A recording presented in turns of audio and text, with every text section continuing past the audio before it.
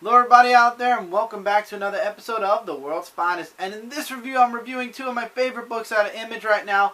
Paper Girls, issue number 2, and We Stand on Guard, issue 5 of 6. So, this is the penultimate issue for We Stand on Guard. But first, let's talk about Paper Girls, issue number 2. We had a lot of hypotheses, not hard to say that, at the end of the first issue. So now we continue forward with the series.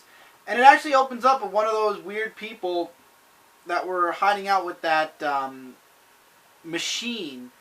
And we don't know what happens to him, but something attacks him. So the girls end up following Erin back to her house. Now, I can get names mixed up. There are 4 girls. So I apologize in advance if I mess one of their names up. But I do know Mac, who's the leader, is freaking out about what's going on. People have disappeared. Mac thinks that there was an announcement made and everybody basically left town because of what's going on. We're still trying to figure out as readers, and the girls are trying to figure out what that little Apple device is. We all know that it's from the future because this is taking place during Halloween of 1988. But the girls don't know that. And I love how in this book they reference that Apple is one of these big computers that are in the classrooms. And they're like, this could be aliens, this could be this could be that, it could be a million things. But then Erin's like, this could also be time travelers. That at least makes more sense. There's a lot of references to movies, to stars, to everything in the 80s. It's awesome. The artwork and the coloring in this book I also really, really like. So now the girls are trying to figure out what to do next. They think they're under attack. As a matter of fact, these creatures or these monsters appear at some point, and they all run to Mac's house, and they bump into one guy before the creatures attack, and he looks like he's frozen in time, so to speak, and then he disappears as soon as the girls turn their backs when they see the monsters, and they think he ran off. But I have a feeling a lot more is going on than what the girls realize. They get to Mac's house, and they meet Mac's drunk stepmother. That scene and that whole final part of the book was really interesting, and it leaves you off with a very, really, like, gripping cliffhanger involving the gun that they were going to Mac's house to get. So apparently not everybody left, and the mother is talking about what went on, so we don't know what happened to the girls at the machine either yet, if they were pushed forward in time a bit. We don't know who these beings are, the people who are in the shrouds, who have like those burnt up or messed up bodies. We're only left to believe that they're time travelers. We're not sure. We don't know where the monsters are coming from. But there's a lot going on, and it's really interesting. And these girls seem to be smack dab in the middle of it. And I'm really interested in seeing what this machine is actually doing, what's going on in this town, and where the series is going. So if you haven't checked out Paper Girls yet, I would definitely recommend checking out both issues ASAP. I'm really glad my friends on Comic Frontline recommended this book to me. I know a few people actually told me to check out Paper Girls issue 1. I'm really glad I did, and I really am enjoying this series. It's 2 issues in already, and it definitely has me very interested in where the series and the next issue is going. Alright, next, We Stand on Guard, issue number 5. Ember has finished running, and she is fighting back. And I love where this book opened up. I'm going to spoil a little something. We get to see Amber's brother, and he is talking with the leader who had her mind invaded 2 issues back. And she doesn't know if she's still stuck in that virtual world, but the brother shows her how she could tell that she's not in the virtual world.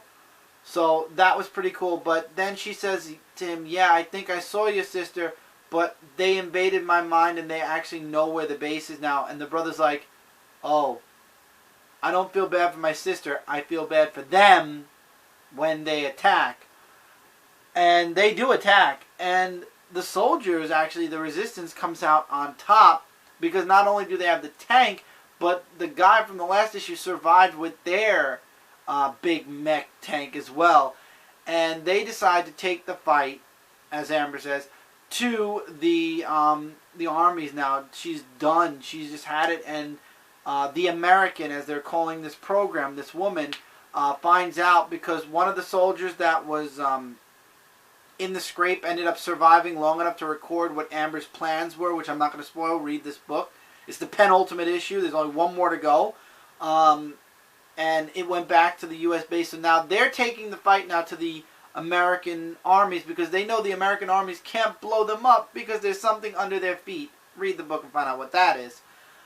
So they go after the army, and Amber actually ends up crashing onto one of their mega bases, and the woman confronts her. And I love how this is the second person who references Superman, and he's wearing this Superman shirt with the maple leaf instead of the S in it, which I thought that was a really cool shirt, by the way. And every time they reference this, that person dies. So I guess there's a spoiler there, but you don't know what character it is unless you read the book. There's a lot of death in this book. Several characters meet their unfortunate demise in this book.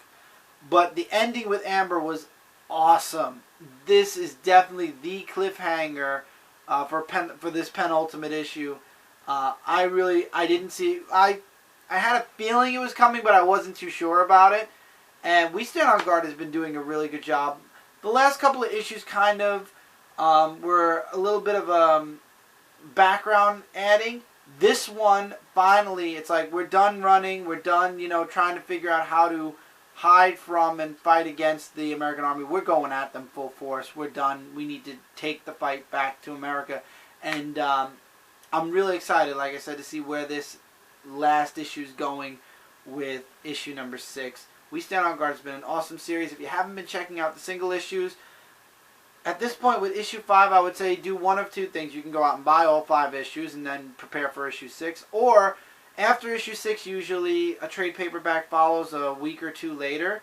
So I would say if you're watching this and issue 6 is already out, go check out the trade paperback. If you're watching this right now as this issue is out, you have the option of checking out the 5 issues or waiting for the trade paperback, whatever you choose. But I'll be honest with you guys, I'm really enjoying We Stand on Guard. It's a really nice miniseries. And America's the bad guy. And what a bad guy. Damn. But I mean that in the best way possible for this book. I'm really loving it. So Paper Girls and We Stand on Guard are 2 books I definitely recommend out of Image this week. There are a lot of books I recommend out of Image. I know 2 of my books are out of hiatus. The third one is coming out of hiatus in a couple of weeks. Next week, 2 weeks ago, one came out. Next week, another one comes out. And I think 2 or 3 weeks from then, the last one. So you guys know what my favorite Image books are right now.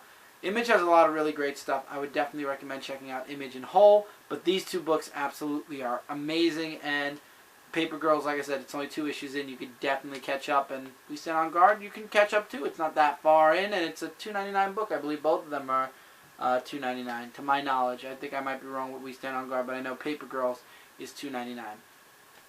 So with that, that's it for this review, guys. Let me know in the comments below what you guys think of both of these books. I'm loving them. Are you? Are you not liking them?